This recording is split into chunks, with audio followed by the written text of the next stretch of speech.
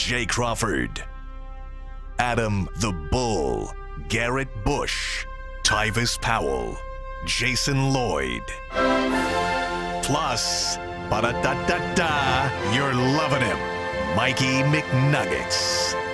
And so many big names, it would take me hours to say all of their names. The ultimate Cleveland sports show starts now. Booyah! At all. Hey, happy Friday, Cleveland and Cleveland sports fans. Welcome to the Ultimate Cleveland Sports Show. It's great to be back again. Bull is out today, had some things to take care of. Earl the Pearl is in his place. I'm in this place, man. Tequila Fridays. We do shows and drink tequila on Fridays. That's exactly what we do. Not necessarily in that order. Right. You know? Early? You know? But hey, that's what we do.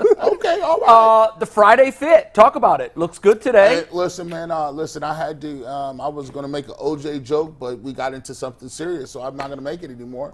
I'm just over here. If I show up outside your house, it might be because you owe me a debt of some sort. So this is the smooth. This is the collector's fit. The collectors, the bone collector. You look like an early 1990s drug plug from New York or something like that. Yeah, I don't. But see, nowadays, I don't. I just give like gambling advice. Like I don't do like. Now I've got one question: is that genuine or pleather? No, this genuine right here, man. All right. This genuine. I'd ask. This is that original pony right here. It's got nice shine to That's it. that genuine right here, man. You know what I'm saying? What you do is you could put Vaseline on this, right? Oh, to shine it up. Yeah. Tricks of the trade from G. Bush. Look at that. Yeah, Boom. so that's that gets Fit Friday out of the way. Mm-hmm. Fit Friday. We've got a busy show. We've got 90 minutes, then of course it's Friday, so we bounce Jay, over can to I ask WKYC. one question real quick? Shoot. G. Bush, the outfit's 10 out of 10 today. Big fan. Thank you. I just want to say, as someone who worked in TV and had to wear suits and dress up, Jay, you know the life. Oh. You know, before we came here, it was very like dressed up businessy. I was jealous of people who could pull off fits like G. Bush, because anytime I tried to stray from like the most basic, generic, Yeah, that's not going to work for you, dog. it just didn't work for me. And I would see like Cam Newton, for example. No. Like Cam Newton would come to his post-game pressers and his pre-game walkthrough in these elaborate, exorbitant suits, and I was like, I think I could rock that. And then I go try one on, and I there's so no way stupid. a small, skinny white I would dude is look going to rock that. So It was so bad. So, G, I just want to tell you, like, from the bottom, I am so jealous that you could rock those kind of fits and make it look cool, because I have tried and I have failed, and I've tried again and I failed worse, I have an and I idea. tried again and I failed worse, and it pisses me off to this day. I have an idea. A legitimate idea. Next Friday, piece together your most street-worthy fit and bring it and wear it to the show and let our viewers decide whether or not you can pull it off. Hey. You're a little older now. Hey, listen. Maybe you can pull it off now. Here's the thing. Shout out to JT, man. One of my best friends in the world, man. You know what I'm saying? JT, he was one of the white guys that was just a country white guy that used to hang around like all the black people, right? Could he pull it off? Nah, but he was in his Nah. He was in his own garb though. He used to explain to us Flannel? like He said there's a certain way the button up gotta fit. Like they wouldn't even let him buy some of this stuff in the store. Like, so to explain to people, like white people have different things. Like white men get their hair cut by the same person. Each and every time. Yeah. It's the same, and they know, they're like, yo, but don't touch my fronts like that. I got a calic right here, it's a swirl back here, and I got a little, and it usually is a woman. They're like, yeah, I go to Susie. Susie's been cutting my hair since I was 12 years old. She knows how to get it together. Then he was like, yo, then we used to, he said, yeah, summertime's coming around, boys. He's a boat guy too. Summertime's coming around. He had to get his little tips done. I said, what you mean you getting your tips Frosted done? tips? He said, yeah, this was Country boy with frosted tips. And I said, listen, bro, this is unacceptable. Now, McNuggets will know, like, it is not acceptable for white males to flaunt their wealth in certain ways. Wait, is that a sign of affluence? What? Frosted tips? No. That's just what we. See, it's funny you say that, because the first time I ever met McNuggets was at the pilot shooting of one of G. Bush barbershop shows, right? When McNuggets walked in, I thought McNuggets was the dude who created the Ultimate Cleveland Sports Show. I kid you not. Really? I kid you not. I thought Earl was a full-time host at 92.3 too, so that shows how little I knew who he was and how little he knew. We was all cover. We was all back then. He had JT had a pontoon. He had no boat. Oh, that's technically a boat. No, that's starter kit. That was a starter kit. You're right. And then that was the starter kit boat, right? There's levels to it. There's levels to it. Then we went to Lake Norman, right? And we visited his sister and his brother-in-law. And then it was the first time I was like, hold on, this is different. This is a different level. It's like, yeah, it's different. You saw how country boys get down on the water. That's different too. Yes, yeah, it is. A lot of Bud Lights flying around. Oh, listen, but a lot of Millers. Miller Lite, champagne yeah, listen, we down there doing it. But then we went to his brother-in-law's house. Shout out to Pat, by the way. They had the underneath though. Oh, really? I said, whoa, what do you mean? Do you got compartments down there? They're like, yeah, G, go down there and sleep. I said, I'm not sleeping on the water. What you think? I might have to get up out of here. You're not gonna Titanic me. But there's a different level, right? Like there's back in the day, there's acceptable attire. There are white guys going out jeans. White guy going out jeans. The jeans got to be a certain length. I know what G's talking about. There's a certain flair. They just there. You don't wear them every day. No, just going out. No, them is going out jeans. Oh, I didn't know there was a difference. And those going out jeans can easily morph, right? We go out in Jordans.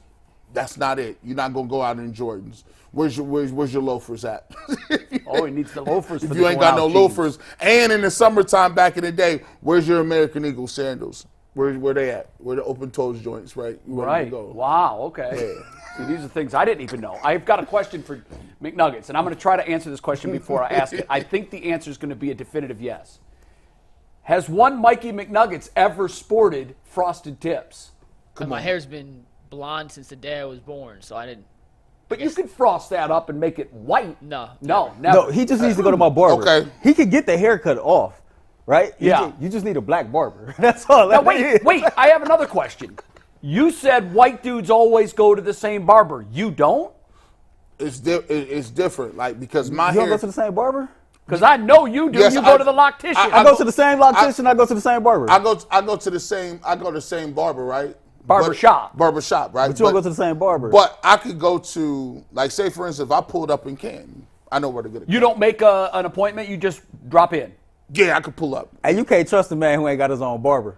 I'm sorry. That's You can't trust a man who ain't got his own barber. You just be out here letting everybody just cut your hair. That's not true. Shout out to Phenomenal Barbershop at Lakewood. You know, I run ads for it. Shout out to them. You know, I run them. So when you go in there, it can be one of any barbers at the chair. That's not G. Bush. We don't do that.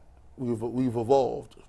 We go downstairs to the speakeasy to get my hair cut. Oh, you got your own special little place. No. You don't want to sit with the common man. Me and Jay need clarification. So how many different barbershops do you visit, and how many different barbers cut your hair? So like I got uncles. So my uncles, I named the barbershop after my uncle's barbershop because that's where I learned the game. This man worse than Andrew Barry. So that's why I learned that. This man is worse than Andrew Barry. He's not answering the question. Now here's the reason I say this is because Mikey McNuggets, when you talk about the white dudes, right?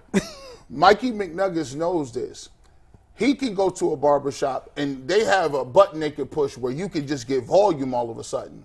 See, Mikey could be, like right there, that's low. He could get a little, if he wanted to get that going out volume, he could get his tops higher. Who's the dude that used to be on WKYC?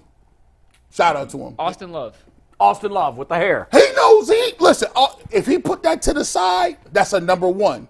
If he put it up, that's a number 3. Yeah, that's a fact. Yeah, if he got the up top, you hit a button, McNuggets, if you go out with me, we can get your tops together. It's like a spiky top. And you get a side, we got to taper you, though. We want you to taper it down. We want you to look like Tommy and Power. That's the size that we trying to do. I only seen the first episode. Don't spoil it. This dude been on episode 8. How long has Mike been stuck on episode 1 of Power that came out 10 years ago? How long has he been stuck on episode 1 of Power that came out 10 years ago? Are you even on episode 2 yet? I just said I'm only on episode I'm not even on I'm episode so disappointed 1, in so you. I'm even further behind McNuggets. It's a great episode, though. Great first episode. So I know you go to the same barber every time. I do too. Yeah. Once a month, usually around the first of the month or so. You know, maybe every 5-6 weeks or whatever. You go in, get it fresh. Yeah. No coloring? No coloring. Come Look, on, do man. I look like I color? Now listen, we go. I mean, just take a look. I mean, listen. Do I look like I color? Can you get that off though? Color? Yeah. Oh, God, no, I would never do it. Because I've never, ever in my life seen a dude with colored hair and said, yeah, that looks natural. Hey, listen. Coach K. Oh, God, are you kidding me? You can. It looked like someone took a Sharpie to each individual hair. Him and Carlos Boozer. It does not Same hair work. colors. I mean, Now, but women have evolved to the level to where they can pull it off. what about the half cut? Like you ain't got it. You just want a couple highlights of the color. You don't No. want I got highlights of color. That's it. Just a few highlights. Just What you see, baby, is what you get. Yeah, I got I'm 58. I'm supposed to look like I got a this. few highlights back there. Oh, now that okay. See, Nothing that's crazy. that's you know? interesting. It ain't though. nothing crazy going on. But see, here's the deal. Everyone knows that that's not yours. Like when they look at, for years, I had people saying, "Homeboy, where's the toupee?" I had people saying that for years. People said that, and whenever they would say that in person, I'd say, "Grab it, investigate it, look at it." super. This is hey, Paul. and I would also say, if you think I was going to get a toupee, you think I'd go in and get a bad rug like this? I'd get some rocking ass hair if I had a toupee. But no, you can't really color it, man. God help all these dudes that color it. I'm trying to think of someone right now that we know colors their hair.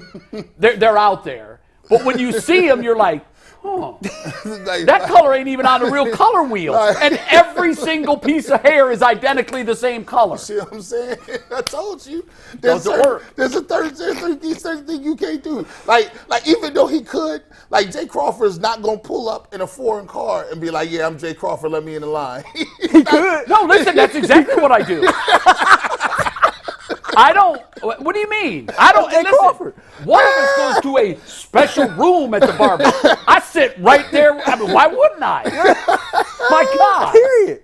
Hey, get out the line! Like, hold on. No. We sitting there waiting for our little alarm to go off. Yo, somebody asked me before. Applebee's. No, I do make an appointment though. No, somebody asked me before, like, man, what is it like to be around Jay Crawford? I say, just like, Jay cut his own grass, for what I understand. Like, you know. Every single time. I don't. I do all of my own home improvements. I've done 1 million projects in my home. I don't hire anything out. I am a laborer at heart. Facts. I literally enjoy when I'm doing manual And when you labor. done, I know it's weird. And when you done, you crazy. just go double park and at the harbor, man. When I'm done with my yard, I drop my ass in my hammock and I crack a beer and I admire my work.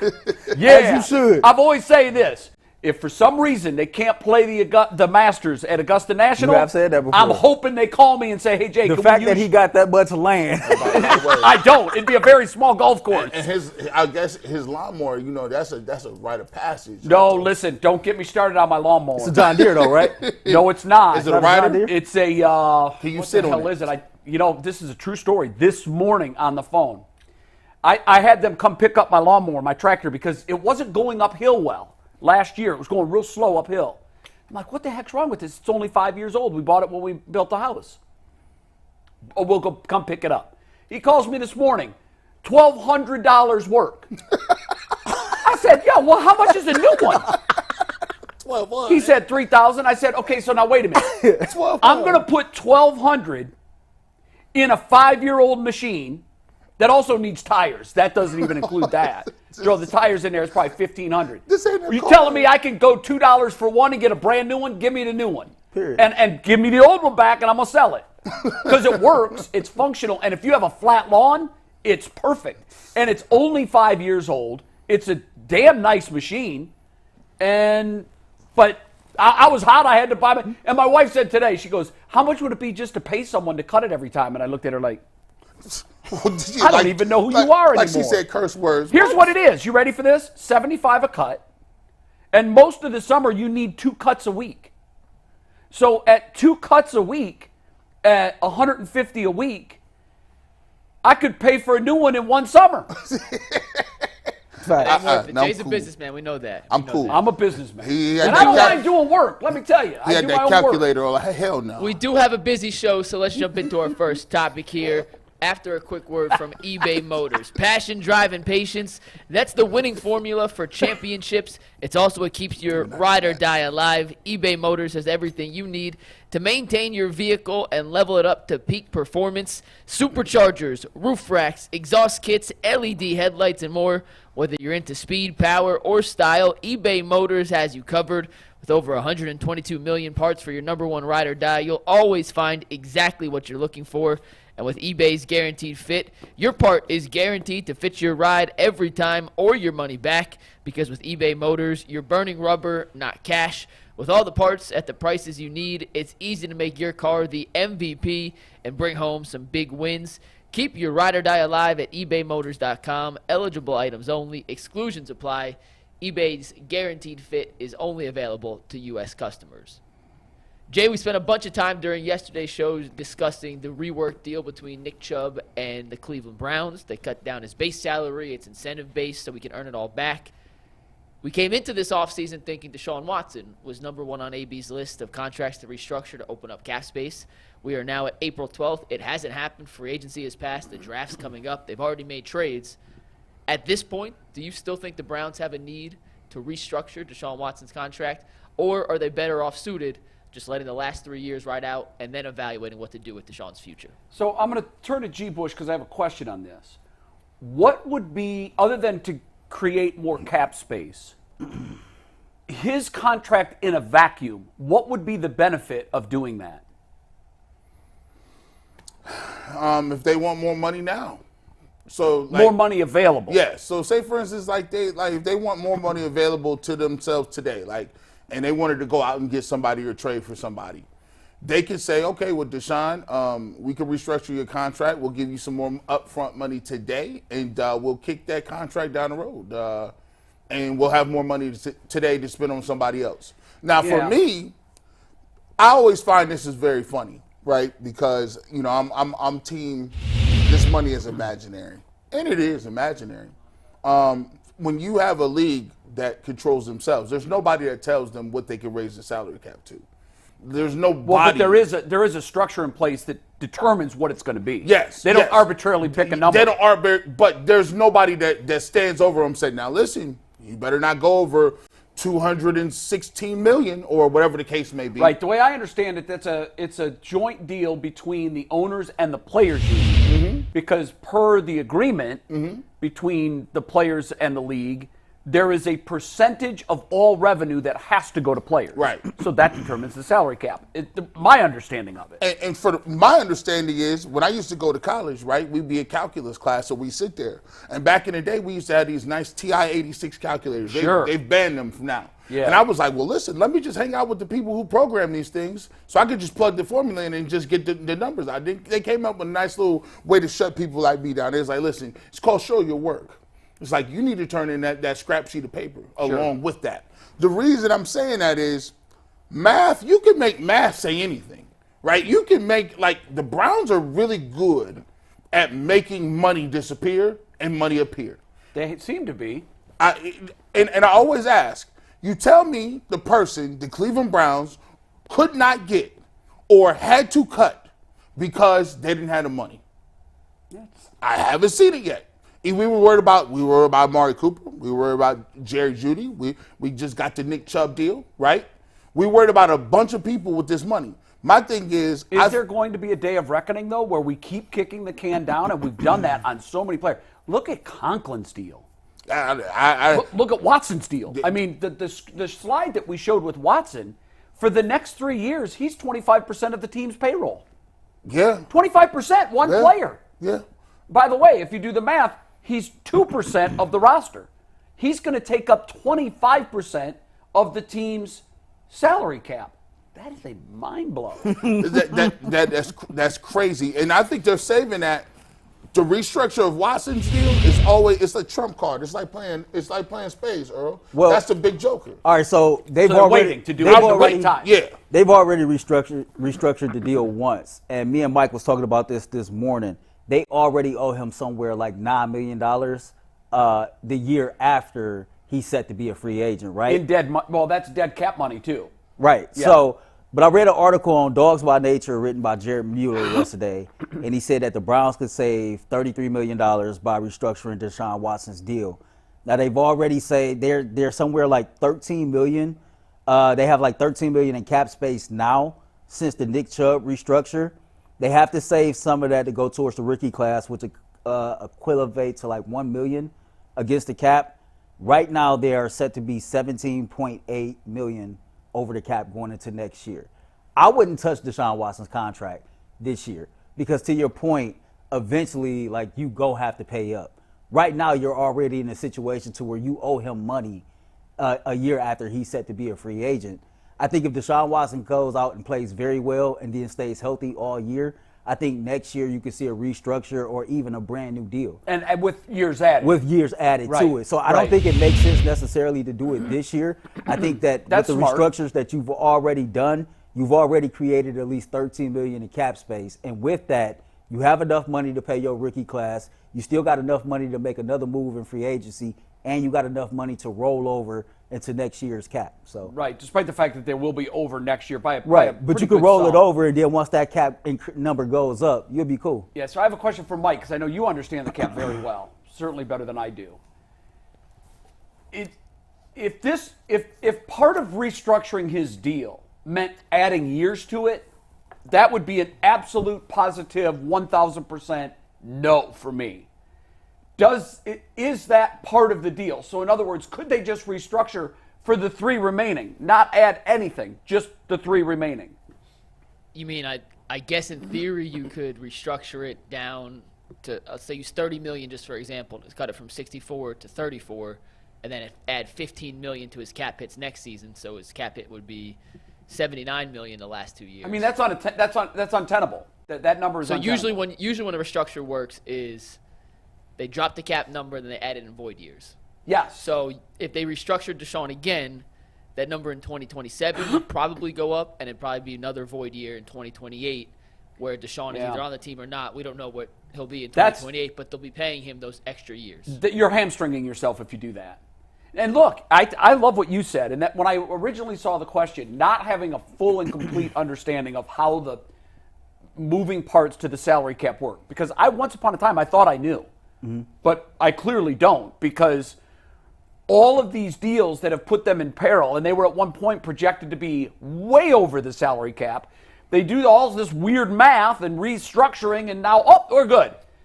I can't help but thinking, I'm relating it to a household. And if a household makes $10,000 a year, but they spend $12,000 a year, they're kicking $2,000 a year down the road, correct? Which includes interest payments and everything else. So it's far more than $2,000. Somehow, some way, there has to be something punitive in the future for constantly being over the salary cap. And I don't know when that hits us. Or like the thing about it, like so you know, I do a lot of research. I'll be in the weeds with different things. When people talk about the national debt, they compare it to households all the time. Sure. Right? But that's not a true comparison because, you know, when you're a household. Well, the national debt is different. It's different. And the reason it's different is because just to service the interest on that number is $1 trillion a year. And people believe that everything that we have is funded by your tax dollars. And it's not. There's not enough tax dollars to We're borrowing an astounding amount of money every year. That's not. And now with the interest rate being higher, it was fine to add to the debt when the interest rate was 0. You're borrowing money now at 5, 6, 7%. You are putting yourself now on the national debt. There is a day of reckoning. Anybody that thinks there isn't doesn't know economics at all. There will be a day of reckoning. I just don't know if there will be with the salary cap. I don't, because I keep thinking it has to be. I don't think there's a day of reckoning for either one. I do believe that if you are not a sovereign country and you don't print your own money, we print our own money and our debt is in our own money majorly. No, not anymore. We borrow internationally for a large sum of that, and that's the problem. And the other part of that problem is we now spend more money on the interest of our national debt than we pay in national security, in our defense. So at some point, our standing as a world power is in major jeopardy. Well, And by the way, the company or the country that is loaning us most of the money, China, is all good with that because they're the ones nipping at our heels. That's way off topic. I don't want to go down that road. We don't want to go to at some point, the bill collector comes due. But the NFL is the bill collector, right? So think about it. They create the salary cap. They say, okay, arbitrarily, this is a salary cap. Not arbitrarily. There's a system. There's a formula for it. But nobody is going to say, no, we're going to cut the cap. The cap got cut during COVID. Well, the cap will get cut if revenue gets cut. That's Now- it. That's the only thing that can affect it. But the NFL has shown that revenue has consistently gone up. Yes. And so you may say, well, look, we don't know whether or not the NFL, from an economic standpoint, can keep counting on gains after gains after gains after gains, Yeah. right? But the TV deals keep going up. It's the most popular sport. And as you keep doing that, the players are like, okay, well, look, that's why they're willing to pay those 18 games because they're going to Sure. get bigger part. My question is, and I wish we had a capologist, somebody that's their specialty. Each team has one. The Browns must have a good one. Mm-hmm. I just remember having discussions during my years at ESPN with people that knew this. That was their jam. Mm-hmm. That was what they studied. ESPN has an expert that's just a cap person. And he always used to drill in to my head and anybody heads that was watching or doing a segment with them. You can exceed the cap. It's punitive, but at some point there will be a reckoning. And I don't know when that is for the Browns. It's amazing to me how effectively they keep kicking that can down the road. But we have seen in the past, recent past, Denver, Atlanta, others that were mired in cap hell. And I don't know. I kind of feel like it's got to happen to us at some point. You know, at one point, I remember when Sean McVay became the hottest head coach, and then you start seeing people, mimic the Sean McVay offense, right? I think I've read articles about people mimicking the way that Andrew Berry does business as a general manager. You're starting to see other GMs kind must of be very good at it. adapt what he's doing. I hear you and I hear you. Jay, I'm kind of in line with you. At this point, I used to think it eventually would catch up with the Browns with the salary cap. I don't think so anymore because the salary cap continues to go up after COVID. We've seen a significant increase in the salary cap this year. The salary cap next year is projected to jump another significant amount. Not as big as this year, but it's still big enough that... One of the things that the league's doing is they're offering the networks or streamers the right to purchase the Christmas Day game. Right, And but- the expected bid is supposed to start at $100 million. Yeah, so that's So going there's to jump. another, if they do 3 games on Christmas Day and that's the expectation, you just added another $300 million to the revenue pot. The point I'm getting at is even if that continues to jump, I think what makes the Browns situation so unique is that you have an owner that's willing to always flip base salary into signing bonus money. And as long as you're willing to convert salary into signing bonus money, the Browns is going to always be ahead of the curve because Jimmy Haslam clearly don't mind writing a check. Yeah, I guess that's it. I guess that's it. You have to be, just like Dan Gilbert was willing to go into the luxury tax, which was incredibly punitive. I think it was $1 or maybe $2 for every dollar over.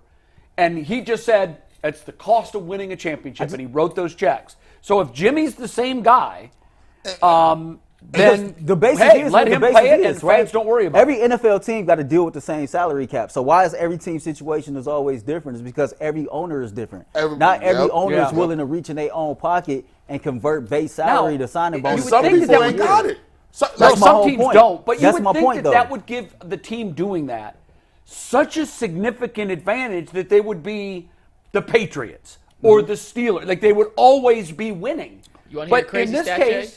we don't have a history of winning, and he's doing this. This is a Facts. crazy stat. For 2024, cash spent, which is not salary cap, but Right. the actual cash spent. Jimmy Haslam is paying checks for $338,001,900 and $190,102 this season. Where does that rank? Number 1. By how much? Number 2, San Francisco. Once again, Cleveland, $338,190,000. And what is San Number 2, San Francisco? Francisco, $284,840. Guys. It's almost 50. It's a little over 50 million more on cash spent, and we It's- can say a lot of things about Jimmy Haslam. criticism fair? That's not cap. No, His no, willingness you're going to to say that spend- this is a positive for Jimmy Haslam. The fact that he's willing to spend is Yeah. a positive. I'm going to tell you why that's terrifying. Why? Could you imagine? We've played 2 playoff games in 20 years? Mm-hmm. He's out spending everybody in the league by $50 million? Yeah. And this is what we're getting? He made a decision. Here's what happened.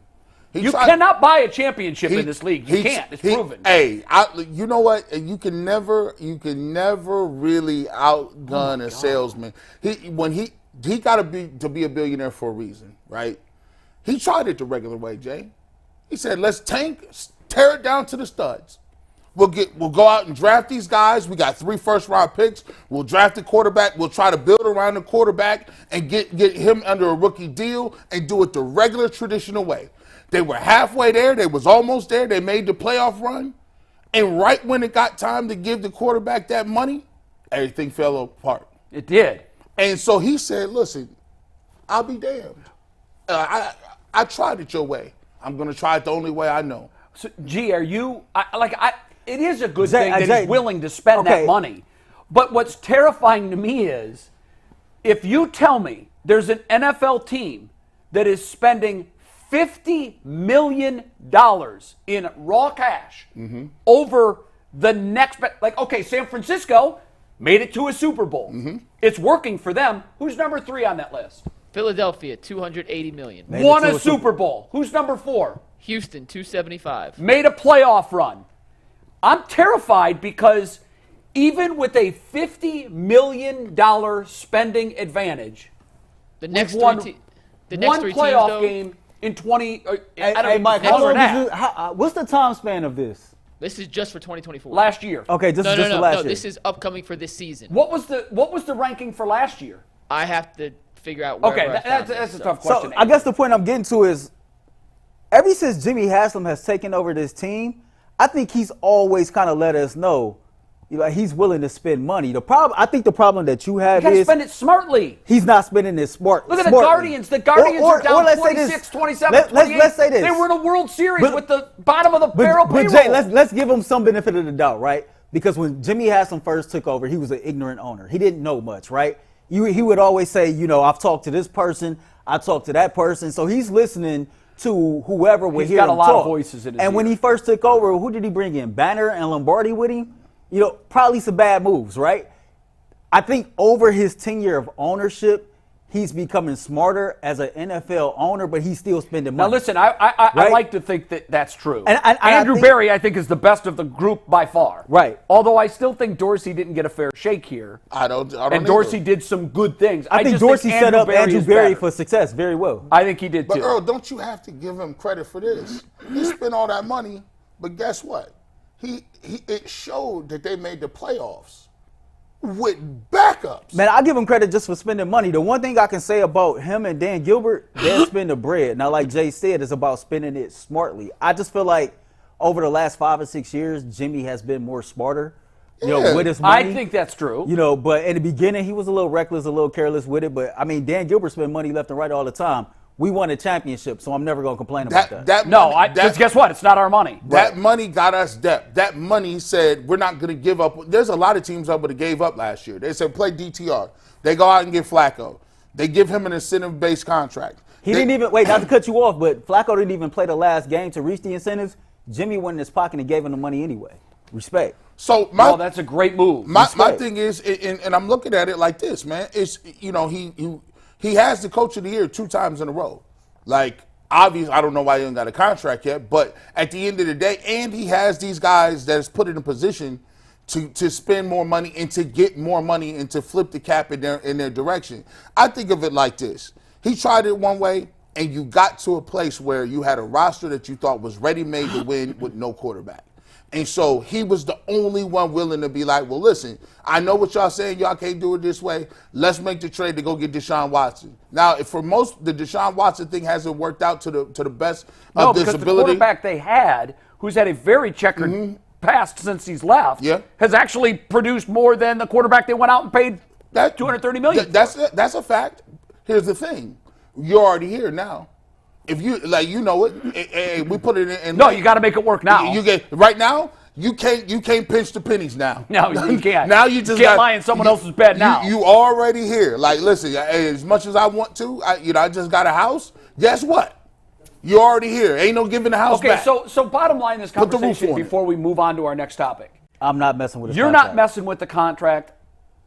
I am intrigued by the idea that they get $33 million in cap space. Yeah, at least that's what the article said. Okay, Jared so- Mueller wrote the article for And by the Dogs way, by that's Nature. a very good site. They Right. have great Browns information. Right. What I would say then, if it means that Jimmy has to write a big check, but it gets us out of cap hell, write that check, Jimmy. Write that check. And here's the thing.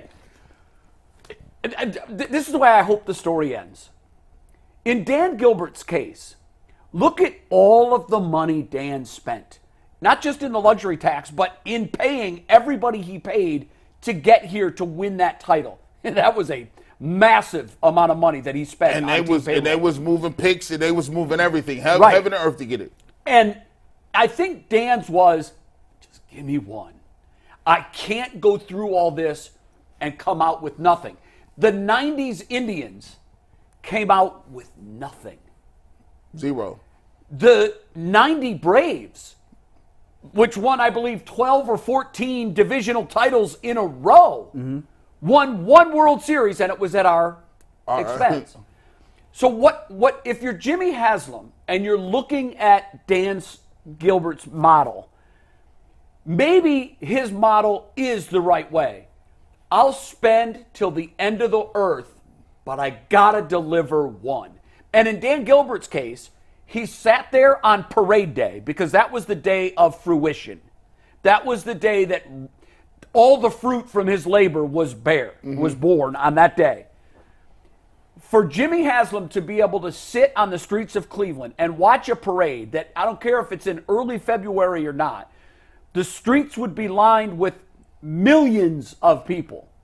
He would be able to look at that and say it was worth every penny. He did but something he nobody damn else well could better do. get to that Wait, parade. I gotta go off of what Jay just said because it's funny. 2016, the Browns was 1-15, right? Yes. And I guarantee you, he watched everything. He probably even picked up the phone and called Dan Gilbert and got off that phone and looked at D and said, "Ain't no way in hell I'm not at least about to try to do what Dan just did." And maybe to that bring did a championship. maybe that Because spurred him spending like this. You got the Guardians at that year. They went to the World Series. The Cavs won the championship, and you coming off of 1-15.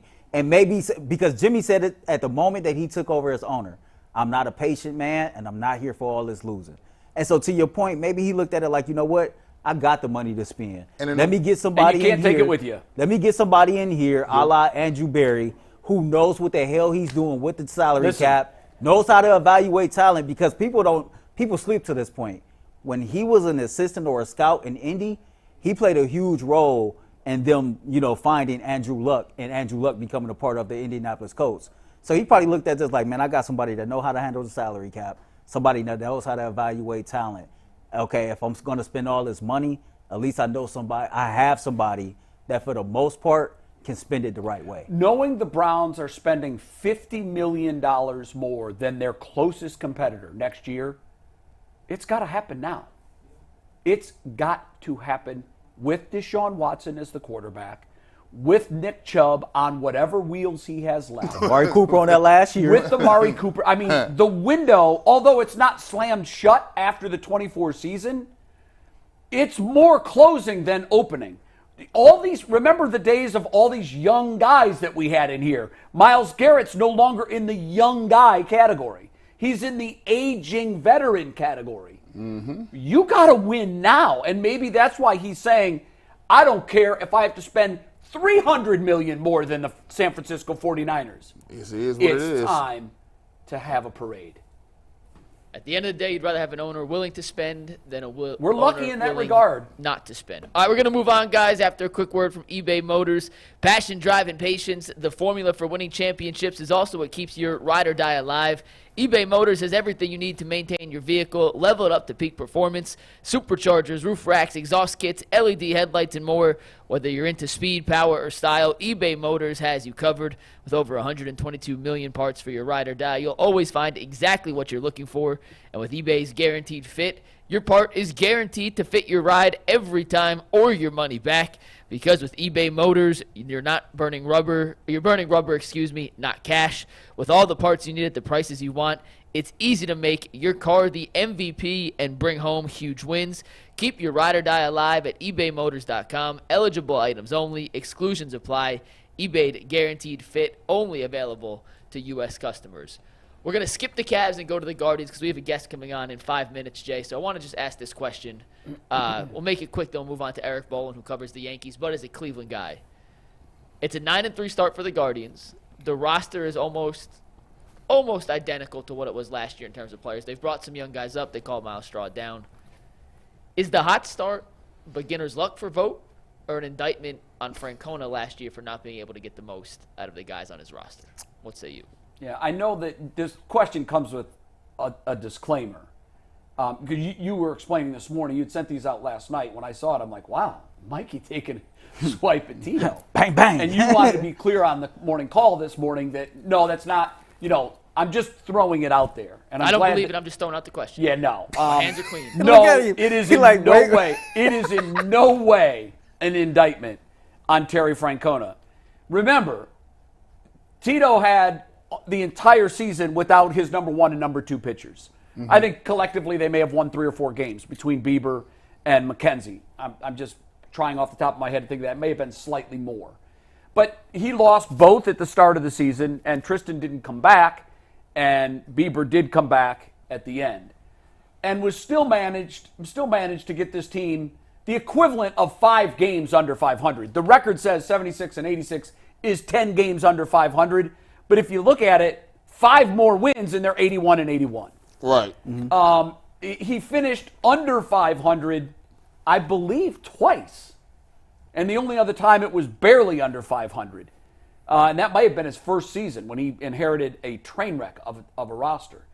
And obviously we know what he did in terms of taking them to the playoffs, winning divisions within 1 game of a World Series. So no, there's no way I can kick dirt on Tito. What I can do is take that dirt and grow flowers for Stephen Vogt. Stephen Vogt looks like he's been in that dugout for 50 years. I think he's, you don't even want to call them tactical mistakes because everything is subjective. He's made a few moves that I wouldn't have, but that certainly, some of them worked out, some of them didn't. They've lost 3 games. They're 9-3. 2 of their losses came on a bases-loaded walk to push in the winning run. The other loss came because Scott Barlow can't throw strikes. He's not the same guy that we remember when he was with the Royals. And when he does throw strikes, I think he's afraid that his fastball isn't as lethal as it used to be. So he's getting hit a little bit harder than he's probably accustomed to. So he walked himself into a terrible position the other night, gave up a 2-run double. That was the ball game. Those are their 3 losses. One of them, they were down 5-0, the Barlow loss, and scratched back to get it even 5-5. They ended up losing 7-5 in the 9th, I believe. The next night, they were down 5-0 again early in the game. And they scratched back again, and they walked that one off in the 10th inning. Mm-hmm. So, Stephen Vogt, my God, nothing but flowers for you. He's created a wonderful culture. He keeps saying one word. If you listen to Vogt's news conferences, he keeps saying this: love.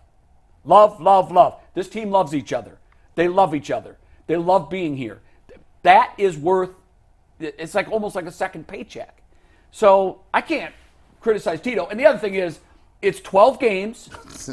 And in all, and being completely fair, 7 of those 12 games were against teams that will each lose well over 100 games this year. Man, listen, Tito is a real OG. Tito is the godfather. There's no way in the world anything that the Guardians is doing right now is an indictment on Terry Francona.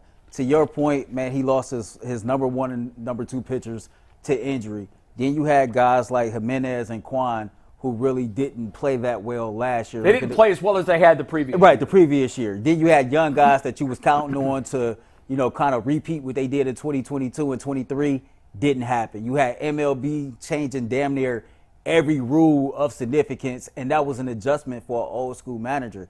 A lot of things, plus his health, right? So there were so many things that kind of went against the grain that we normally see with Terry Francona last year. So one of the things that excites me about Stephen Vogt is he just got finished playing this game. This is a dude who knows these new MLB rules pretty well, that when you're a former player that's recently removed from the game, you can relate to the younger players a little bit better. And not only that, Jay, plus, man, there's no expectations this year. Right. And typically when there's no expectations, we talk all the time about the Browns players hearing all the noise. The Guardians players hear the noise too. They're channeling all that noise they hearing, and they going out there and showing us, I'll show you. I'll tell you this. Listen, like Jay said last year, holler at me when you got a third of the games out of the way. Yeah. Then we'll make some sweeping. And, look at the Duke of Knee-Jerk being calm, cool, and collected. Yeah, And it you're could not be living 30 or up to your 40 games. nickname. No, It could be the 30 Duke or of 48 Knee-Jerk- games. Ain't no indictments on Terry. One third of the game. Yeah. They're playing well right now. Hopefully this lasts, but baseball is a long, long season. Just think about it. If they get to the playoffs, football season will be here. No, you're right. You're right. That's crazy. I mean, if you actually at the trade deadline, camps are open. That's wild. I mean, that's how close the That's two, wild. run into one another. I do always say that I break the season into thirds. I look at where they are on June 1st, and then again I look at where they are on August 1st. And look, they're not going to win 75% of their games this year. Not a chance that happens. I think they've done it because they've beaten up on some really bad teams. The White Sox and the A's, and with the White Sox and their injuries, and they just had another key injury to their best player. It's just so I don't want to blow the horn too early on this team, but I'd rather be 9-3 than 3-9. Yeah. Absolutely. I'll We're say going to that. bring in our guest here to help us preview the Yankees-Guardians weekend series, and that is Eric Boland. He covers the Yankees for Newsday, but he's a Cleveland native and a John Carroll grad. If you missed the Ultimate 216 show yesterday with Earl, by the way, make sure you go check that out. But now we welcome in Eric Boland, the Yankees beat reporter for Newsday, a Cleveland native who hopefully will get to witness some baseball tonight if the weather holds out here in good old Cleveland. What's up, Eric, how are you, man? Good to see you again. Good to see you too, Jay, and thanks all of you guys for having me on. As I posted on Twitter a little while ago, always great to be back in my favorite road city. Yeah, it is. I'm sure. I remember when I would come home to Cleveland when it was for an assignment. It just felt right. I went to bed easier. I woke up in a better mood. There is something very special about home. Your beat, obviously, and it's been your beat for a long time, the New York Yankees. Is it Newsday? I want to make sure I get that right. Are you with Newsday? Yeah, it is Newsday. That's what I thought.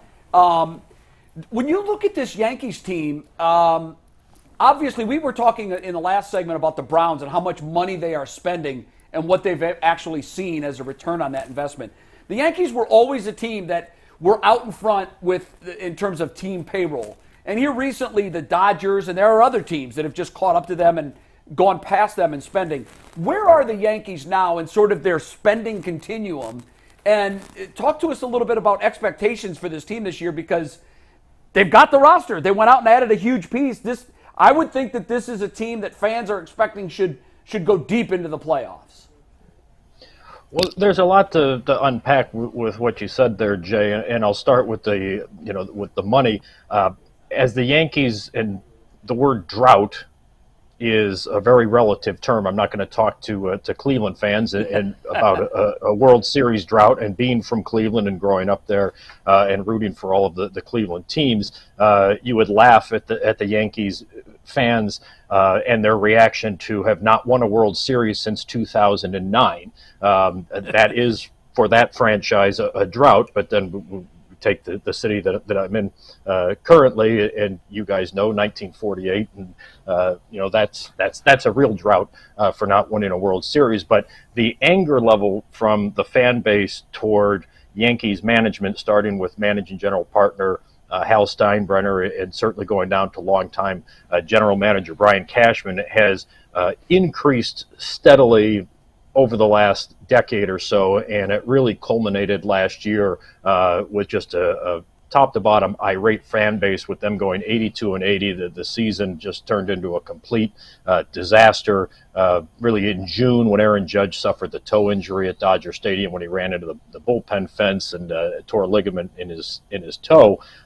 Last year, coming out of spring training, they had the highest of expectations, as they always do. But one of the criticisms that you've heard of Hal Steinbrenner, and I don't really agree with it, maybe we can get into this later, maybe not, is that he is cheap. He's not his father, who would pursue every shiny object that presented itself, whether it be on the trade market or on the free agent market. And there's Blake Snell, and I'm going to offer him $200+ million or whatever it takes to get that deal done.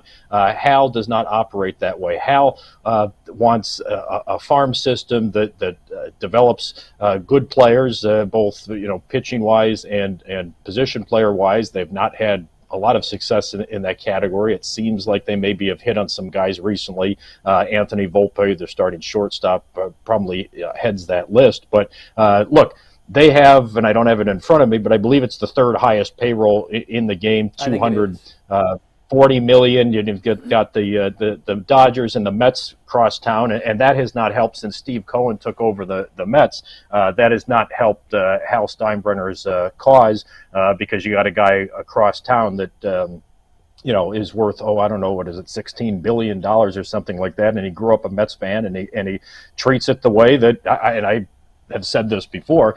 He's the owner that everyone who roots for a professional sports team wants owning their favorite team. And fans don't care about luxury taxes, and they don't care about staying under a certain threshold and all of that. They want somebody that would operate a team the way that they would operate it, and that's what Steve Cohen does with the Mets. I know this is a long, meandering answer, but look, the expectations are always high for the Yankees no matter what, but they were slightly lower this year based on the season that they were coming off of. But when they added Juan Soto, when they added Alex Verdugo, when they added Marcus Stroman, when they were spurned by Yamamoto, the Japanese star pitcher, that he went to the Dodgers for $325 million. The Yankees offered $300 million, but he just wanted to play on the West Coast with Shohei Ohtani, basically.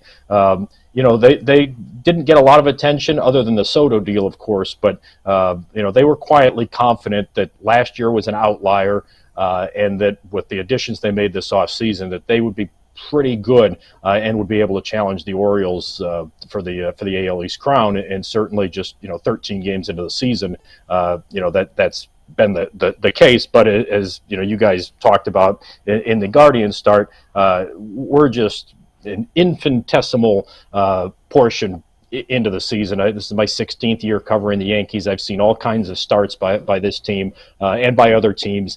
Sometimes they've started off well and struggled to win 90 games, and sometimes they started off poorly and won 100. So it's so early. It's very difficult to draw any kind of grand conclusions. But I do think that this Yankees team is pretty good, and barring the injury bug, and that's always something that can crop up and just nail teams, and it did with the Yankees to a degree last year. I think they used it too much as an excuse, but that's another story for another day, maybe. But the roster is pretty good overall. Eric, I want to go to a bigger picture.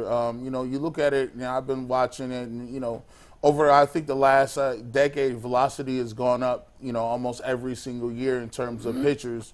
Obviously, they do have the pitch clock, and the people have talked about the unintended consequences of that. What do you make of all of the elbow injuries with pitchers? Is that something due to, just the physical limits of how fast you can throw a baseball and how quickly you're going to get up and throw another fastball that's over 100 miles an hour? What do you make of that? And we have Shane Bieber here. Is that something that you've heard whispers in the Yankees organization and other organizations as well? Well, I mean, look, it's one of the big topics in the sport, and it has been for a number of years. But the last few years in particular, the number of arm injuries, shoulder injuries with pitchers, as you mentioned, it's just gone through the roof. And one of my issues in the game, and I've been very critical of the Yankees analytic department over the years, and I know it's a part of the game, and it needs to be a part of the game, the analytics and data science, et cetera. But one of the issues, and again, criticisms, and I can't talk about other organizations. I only cover the Yankees. I can give you a bird's eye view of, opinions or people that I've talked to in other organizations about various topics, but I'll just stick with the Yankees. One of the issues that I have when it comes to, keeping pitchers healthy is all of these teams, certainly the Yankees, bring in all of these gurus.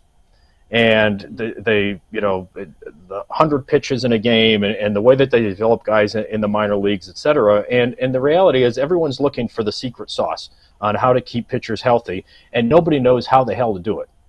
And I would like to see, some of these pitching gurus and these medical, data science gurus, et cetera, actually come out and say, you know what? A lot of this stuff that we're doing is arbitrary. When did 100 pitches become, some kind of a constitutional amendment, if you will, that's the way to keep guys healthy? And there certainly is common sense to a degree. You don't want, an 18-year-old kid that you just drafted his first year of rookie ball coming out and throwing 150 pitches in a game. That's not my point. But I really think that there needs to be some kind of a come to Jesus moment in the sport where, all of these geniuses, and a lot of them are self-appointed geniuses, that they really don't know what the hell to do to keep guys healthy, and at least acknowledge that and say that, you know what, we've tried this, and this over the last 10 years, and the number of injuries in the game when it comes to pitchers have only increased in that time. And you saw Justin Verlander talk about it the other day. Garrett Cole from the Yankees, who had, up until this spring had never had really a serious arm injury. He's about a month and a half away from returning if he doesn't have any setbacks. But it's a huge concern in the sport, and I would just like to see people in the sport acknowledge a lot of what they don't know, because they speak so arrogantly about, well, these players are our treasure, and it's so important to keep them healthy, etc. And then again, they apply all of these arbitrary benchmarks to the development of these guys, and most of the time, these gurus have no background whatsoever when it comes to being between the lines. And this isn't one of those things where I think that you have to have played the game at a certain level to know anything about it. But I would like to see more of an input from guys that have played the game, and how did they manage to stay healthy for the preponderance of their career, and what did they do 20, 30 years ago, or even beyond that, to easily log 200 innings and make 30 plus starts during the course of a year.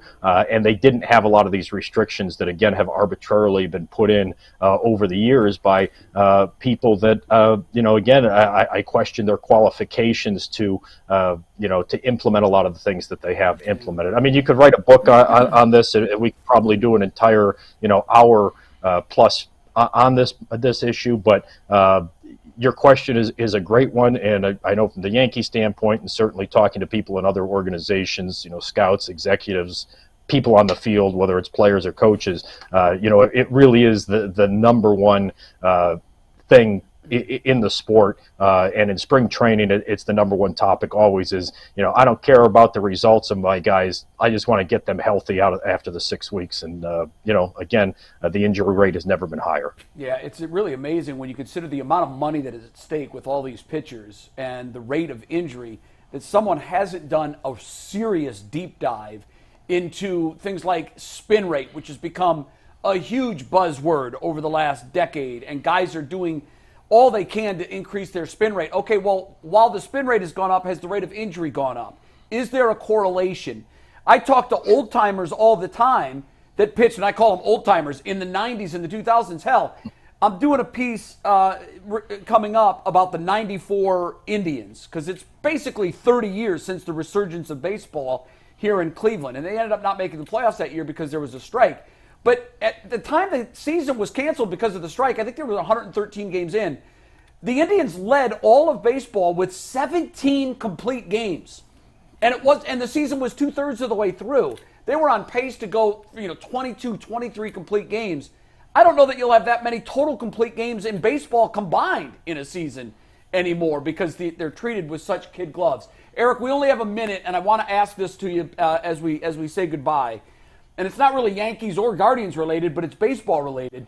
Trevor Bauer is a guy who's out there and available, and the Guardians lose Shane Bieber for the year. Obviously, he's got a past with the Indians when he pitched here as a member of the Indians, and he had a real issue. I think Tito just was done with him.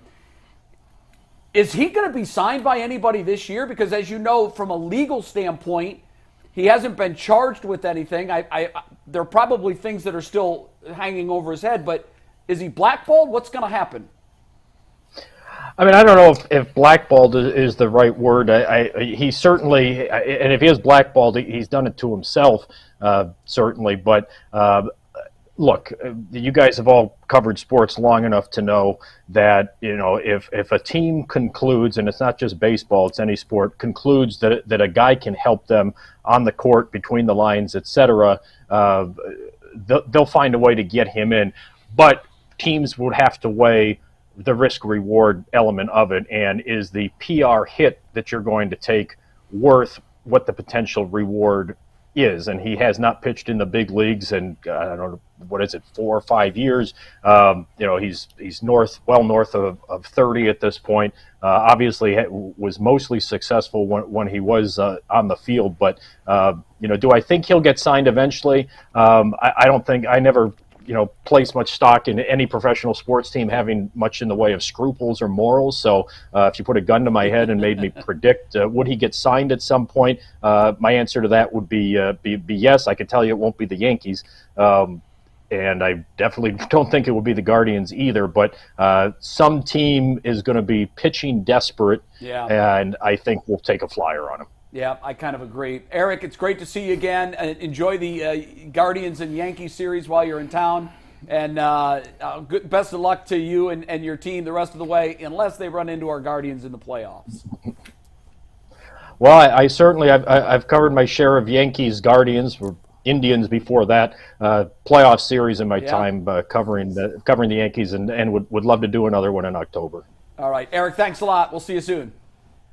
Thanks, guys. Much appreciated. Eric Boland writes for Newsday. He's covered the Yankees for a very long time, entrenched in that city as a terrific baseball writer. He's obviously very knowledgeable about the Yankees, and we appreciate his time here on the Ultimate Cleveland Sports Show. All right, Mike, I saw this on the rundown. Wasn't really sure what to expect from it, so go ahead and explain it to me. I have a feeling this could be entertaining. It's going to be fun. Yeah, we're going to play What's More Likely, which we've done before. Yeah. I give you 2 scenarios. You tell me what's more likely. And these are all crossover sports. So they're all involved with Cleveland, but a little crossover. So I'm going to give you 2 scenarios. You tell me what's more likely. Okay. And then we got 3 fun ones that have nothing to do with sports at the end. Oh, good. Ready? Steve, let's take the first one. What's more likely? Before their careers are over, what's more likely? Deshaun gets MVP votes or Evan Mobley gets MVP votes? Wow. Before their careers are over, who's more likely to get an MVP vote? This is a tough one. No, it's not. It's not hard at all. I'm gonna go with Watson. He's a quarterback. He got weapons. They got the coach of the year. They got a good defense. They got a better chance of having a better record. And half the battle is having a really good record. Half the battle is having a really good record and stats. And stats. Mobley, I don't think he has the skill set to get that off. Ooh. So if you missed yesterday's episode of the Ultimate 216 show, I called it perception versus reality. And I learned firsthand that the perception of Deshaun Watson in Cleveland on social media is different from the reality. But that perception nationally is different from the reality here. I don't think Deshaun Watson, no matter how well he play, unfortunately, will receive any MVP votes. The NFL won't even put the man on their IG page, okay? Let alone give him any MVP votes. Evan Mobley, he's a nice guy. And nice guys, they finish first when it comes to stuff like that. They finish last in real life. Well, he's going to have to get that nice guy 15 points a game, ain't getting no votes. Yeah, here's the thing. So this is an interesting one. I would parse it down to skill set.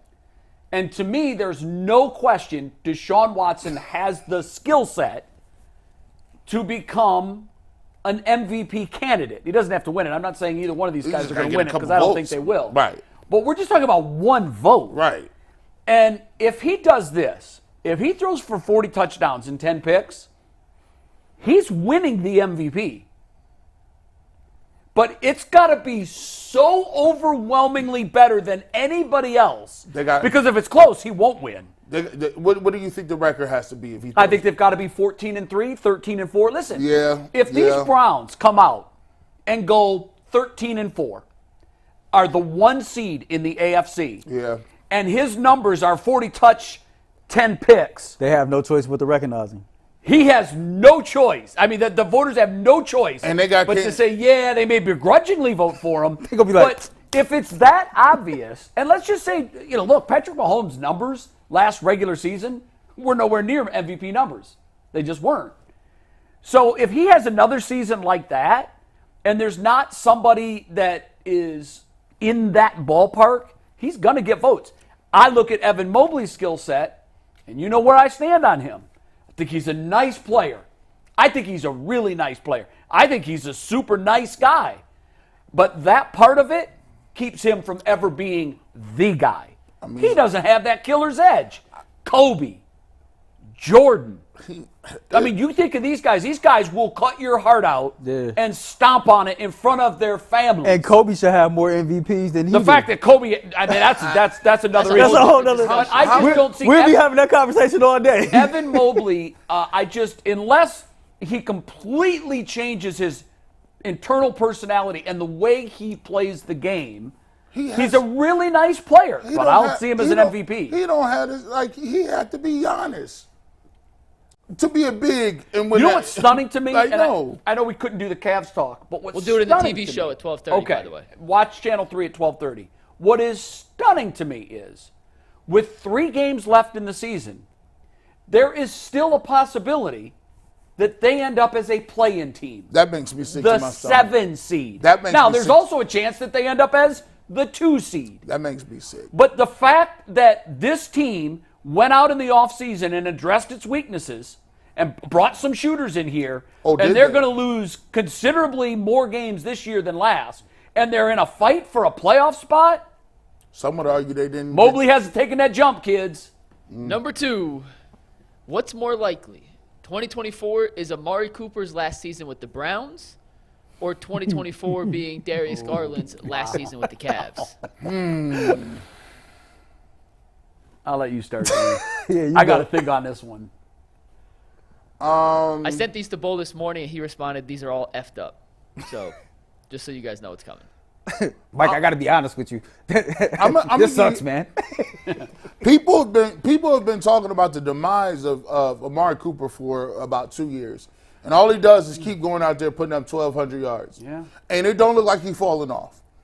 Darius Garland, on the other hand, it looks like his game is different. I don't know what happened to him this year. I've heard some things. He's been going through some things off the court a little bit. But in terms of the clock ticking, yeah, I think the whole situation with Donovan Mitchell and figuring out what they're going to do is going to be tough. I think Darius Garland is their biggest piece they can move. I think this might be it, especially if they get bounced early. I'll answer it based on the contract. Darius Garland's not tradable. I think you can get something for him. Is he a max player? No, he's not no max player. Well, someone's going to have to think he is. You're not gonna get no quality return on investment when it comes to Darius Garland. But for me, I think it's more likely that 2024 is Darius Garland's last year, and here's why. I'm gonna take a different spin to it. The Cleveland Browns traded for Jerry Jeudy, a guy that Andrew Berry had wanted for the last 3 years. They know that he got some issues, and I believe that part of helping him reach his full potential was pairing him with Amari Cooper. Right, yeah. I find it hard to believe that you trade for him, you sign him to a new contract to with the growth and development part of things and Amari being a mentor, you don't sign him for a 3-year deal and just for to let Amari Cooper walk out the door after this year. That would be my reasoning. Yeah, that doesn't make much sense to me either. I would think that if I'm betting more that they're both going to be here after the 24 season. But, I mean, gosh, I don't know how you trade Garland. Don't know how you trade him. Play 2K. Turn off all the Here's what Darius Garland is. Darius Garland, I've called him this before. He's a better version of Colin Sexton. He can gather stats. I love his game. But close and late, he's just a mistake-prone player. Whether it's not getting a shot off or it's an unforced error on a turnover or a bad decision or driving to the basket, getting a bad shot, when the game gets tight, I don't want him as the primary ball handler. The thing he does that irritates me, I call it the Ja Morant, because Ja does it a lot. The whole roll the ball up the court. Oh, it drives me nuts. And walk with it up the court. And it seems like every time he do it, it don't work in his favor. On that point, when they blew the 26-point lead the other day to the Clippers, he was doing that with 7, 8, 9 minutes left in the game. And I wanted to say, pick the damn ball up and dribble. Darius, we're winning. We want the clock to go away. What are you doing? The clock still's running. It's just the shot clock. Even the after shot clock doesn't start. Okay, so it's a shot clock. Well, then that makes sense. Yeah. I just don't want him in the game close and late. By the way, he is a defensive liability close and late. Right? I mean, doesn't it seem that more often than not, JD that is true. Brings him out of the game in those, when you're managing for one possession, he's out of the game. When they're on defense. You know what? I trade him for Scooney Penn. Give me Scooney Penn. Oh, my God. Give me Scooney Penn. All right, next one. I remember Scooney Penn. He is a Boston College transfer, wasn't he? He was. It was. Me and Scooney Penn paid for the same college coach. That's exactly right. Crazy. You did. Next up, what's more likely? Stephen Vogt is still coaching the Guardians in 2027, or Kevin Stefanski is still coaching the Browns in 2027. What's more likely? 2027. What is it, 2024? Yeah. Oh, wow. Well, given the tenure of NFL coaches, and, I mean, most of them are gone in 5 years, and he's already 4 seasons in the bank. So I would just say that he's closer to the end than Vogt, who's at the beginning. Because, see the way the Guardians do, the Guardians is not in the business. I'm assuming Stephen Vogt took a substantial pay cut from Tito. Oh, he absolutely did. Yeah, they're like, oh, this is a bargain. It was a bargain right here. The scary thing about that is, my fear is he'll get poached by a Dodgers team. Okay. Or if he has a lot of success here early in his first 2 years, how loyal is he going to be to Cleveland, where he had no ties? Terry wanted to come to Cleveland. Think about that. Mm-hmm. His dad played here. He spent some young years here in Cleveland. He knew the organization very well. How many years did it take for Manny Actor to get shadow rolled? Oh, he was maybe 2-3 years. And he was out. I forgot about him. Eric Wedge was another one. What about Eric Wedge? How long was that? Couple, maybe 4. Now listen, he come in here and be playing around, shucking and jiving, and they win 60 games right here. No, that ain't. They might get. I'm gonna go with Stefanski. But you know what? Who's more likely, Stefanski? Because guess what? I don't think the Browns, unless. But see, here's the thing. Last year, he was coach of the year. But there were points last year. Go back the year before, especially. There were points last year where people were calling for his job. Somebody tagged me in a video of you. This guy. Oh, they were saying, I seen the video. I just said somebody. You was like, I don't like Kevin Stefanski. He's just not a good coach. I'm trying to sit up here acting like he is a good coach. What year was that? That was last 26, year. Or that was last 23. Season. It was last year? That was last season. Okay. Yeah. That was like, look at your boy. Hey, I stand on what I was standing on. Whatever. You are the Duke of New Jersey. Hey, listen, if it was after one of these games, if it happened to be what game did they play really terrible last year? I think it's going to be Kevin Stefanski, though. I think he'll still be here in 2027. Really terrible in your Apple Music library. You know what? That means you got to write a song called Really Terrible. Really terrible, right? Listen. But just for every point that I've made up until now, Kevin Stefanski being a quality man, a quality coach, a great leader of men.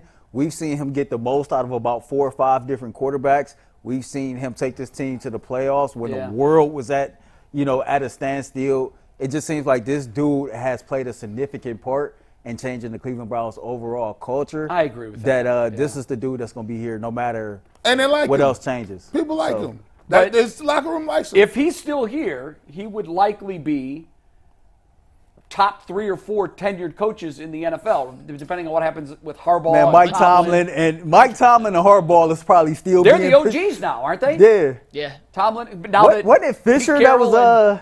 Fisher was with the Titans for so long. He was like in 3 different cities with him, wasn't he? Houston and Nashville. Tennessee. Then he was with him when they first. No, who was that? Wasn't he with him? He went to the Rams and then he went with the Rams to LA. Because I remember when he was He with went from Houston. Saint- yeah. He had 2 different team moves. Yeah, he had Longest 2 tenure head coaches right now. Tomlin 17 years. Harbaugh, 16 years. Andy Reid 11. No one else over 7. Where is Stefanski at 4? Probably middle of the pack. Yeah, 4 is tied for 9th. I'm telling you, these dudes have a shelf life. Tied for 9th.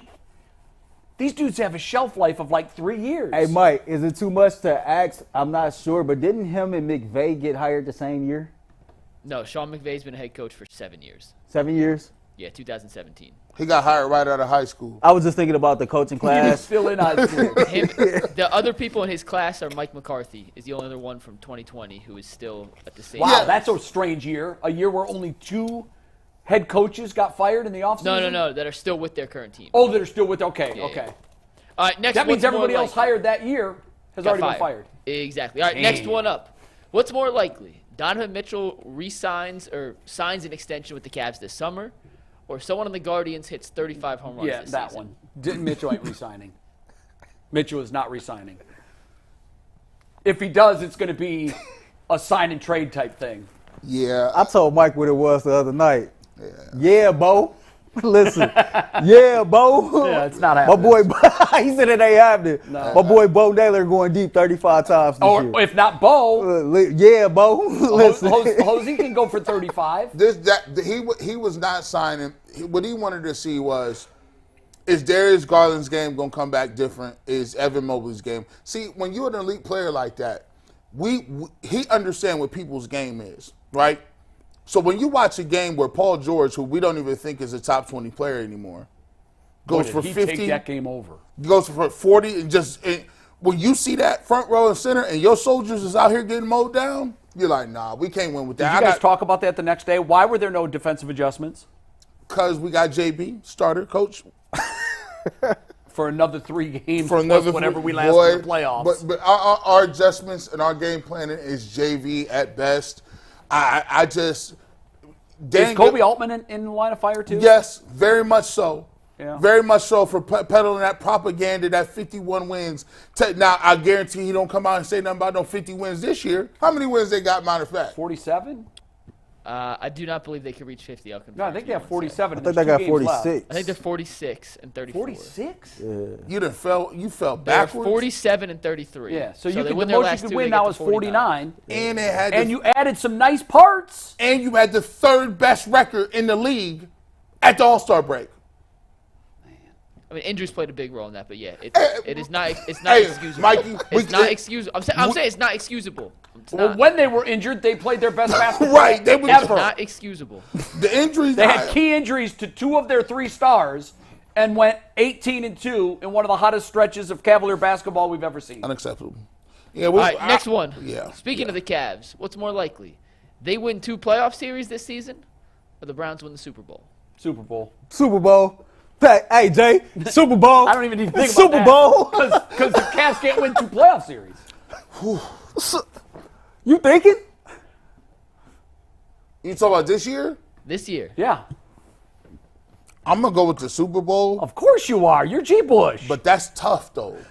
That's tough. You think there's a world that the Cavs can pull it together and win 2 playoff series? Sure. Get to the Eastern Conference Finals? right now, if they right Man, now, the Browns had 1 million people if they- hurt, and they were still one of if the they best got teams in the Indy- NFL. if they got so say for instance they got to play Orlando first. Orlando first, right? Right. They could win that. Okay, and then who theoretically then would you they get play? either Milwaukee. Either Milwaukee, Boston, or New York. Yeah. Milwaukee's playing like crap. New York's Yeah, not playing well so Giannis has a strained calf. here you go. Julius Randle's out for the season. either. OG's not healthy. OG ain't healthy. If you catch the Knicks, you might be able to catch something, lightning in a bottle. Man, you know who his part owner is? You think Jimmy ain't finna go pay for Giannis to go get the top Hey, seed? the Knicks have pink Yeah, papers yeah, on us. yeah. They own us. Yeah, you're right. Milwaukee playing nasty. If we get Boston, it's a wrap. Yeah, 4-0. Boston's tough. Boston's real tough. You'll lose the series to the. I think you can win Jay, 2 he games making a against case. Milwaukee. He making a case for this. He really is. I think you. There's a case. I agree it's a Super Bowl, but I think you could make the case. And you can make the case if they catch the Knicks. 4-game game 7, right? Donovan Mitchell hot. See, you'd have a better chance of convincing me by saying, well, the Browns have no chance of going to the Super Bowl. Right. No, The they East do. outside of Boston is a giant pile of dog crap. It is right now, but I'm You just got to be a little better than the rest of the dog crap. yeah. Watch this, Jay. No, Watch this. Jay, Watch no. this. They're not beating Watch this. Milwaukee right Hey, now. Jay- I know Jay, Milwaukee's limping. If Giannis Watch isn't this. healthy, they could beat Milwaukee. If you had I'll take Milwaukee with an injured Giannis. If you right had Darius Garland of because we know Donovan's injured. No. if Darius No, Garland no. if you had Darius Garland of 2 years ago, you could win that. Yeah. You can win that series. And if we have, Here you go. Here you go. I done set you up. I set you up. If we're going to play ifs and buts, because if my grandmother had wheels, she'd be a bike. But if we're going to play ifs and buts, I'll tell you this: if I had the we could wisdom, I get- had to. That's a Shut great up, line. Earl. That's It's a a great line. fact. It's a fact. She'd be a bike. Listen. And Earl would write down right now. Listen. Listen. If I had the wisdom If I we had could 2 get years ago, my Mobley life would be to totally play different. like the player that everybody told me he was going to be at this point, yeah, we could win 2 playoff series. Sure. All right, we got 3 more. These are non-sports. Okay. These are the fun ones. These are the fun ones. Dang. What's more likely to happen? Jay throws a no-hitter in a 9-inning game this summer, or Bull coaches his Little League team to an undefeated season. Well, Bull is saying that thinks he's got a championship team. Bull on also a hot admitted seat. yesterday he's not a good head coach. He's on the hot seat. He's not a good head coach. He says he's feeling the pressure already. It's all on him. Ooh, yeah, that's not a good I'm head going coach. with Jay throwing a 9-inning no-hitter. Yeah. Here's the thing. I'll do that too. I cannot wait, as this Little League season goes on to critique Bull as a manager. We're going to get some Little League reporters on to talk we about need the to. season, to talk about what Scrutinizing Bull the is lineup doing. choices. If he has the wrong batting order, we better I'm criticize him. fascinated that Bull says he's feeling the pressure already. It's freaking Little League. He had one practice. If I don't, And he's feeling pressure? hey man, where you at in your rehab, man? I don't know. I start throwing I don't know, in on the 17th. What's today, the 12th? the 12th. I think it's next Wednesday. There you go. I mean, And that didn't come without a lot of my blood, sweat, and tears, and blood was part of it. But I'll tell you, I am a little unnerved. This is the first time I've ever had anything done to my elbow. I've had my shoulder worked on. I had a torn labrum and biceps tendon. But I tell you, there were times last year where I thought I had no-hit stuff. I gave up 2 hits, complete game shutout. I don't think there are some teams in our league that are offensive challenged. If I come out and have one of those hot days, I mean, are you doing a Nick Chubb thing? Are you going to be ready by opening day? no, I don't think so. No, like you gotta we so- catch you during the playoffs. Actually, this is UCSS exclusive. My team is going to be part of the Pan American Games that are here in Cleveland. Nice. The team that won the World Series down at Breaking Nice. News. Thank you for that, Steve. Nice. I'm sure everybody's on pins and needles waiting to hear it. Yes. So here's the thing. If we could close the deal and win, this is worldwide. There are teams from, there will be athletes from, I believe, over 100 countries. Mm-hmm. If we win that, then in the span of 12 months, we would have won the city championship, the National World Series, and the Pan American Gold So Medal. one more before we move on, Mike, because this is another biggest question as you compared the situation to Nick Chubb, another superstar player coming off a major injury. Did you get your deal restructured as well? Yeah, my deal is I play, and they sometimes pay my entry fees for tournaments. Gotcha. So I mean, are you on that active roster for the Pan Am Games? Are they Yes. putting you? Oh, so No, you, I am Jay on the active Crawford, is you roster. serious? Yeah, and here's the thing. By July, I think the games are 12th to the 19th. By then, I should be, barring any setbacks, which, that happens. I chose not to have Tommy John surgery. I Shame went people. through a procedure that other guys recently have gone through and didn't work out so well for them. So I don't know. we put you at first base, dog. I could definitely play. You can I play will the field, play right? shortstop and hit, even if I can't pitch. See? I will still play shortstop and hit. Listen. This I've never seen the intramurals get upgraded to the Pan Am Games. Yes, over we're there. in. This is crazy. We are in. Our We team got is we got 2 more we locked got to and get loaded. in here. What's more likely to happen this summer? Ant scoops Mary Kay Cabot on a major Browns breaking news story, or You Earl can't. Whoa. shaves his dreads. Oh, I know that for, ain't quote, happening. the vibes. First of all, you can't put Anthony Scoops and then Mary Kay in the same joint. that just. Oh, you know I what was mean. Come saying, on. what are you Come talking? on. I said, I copy and pasted it from the No, email. it ain't nothing crazy.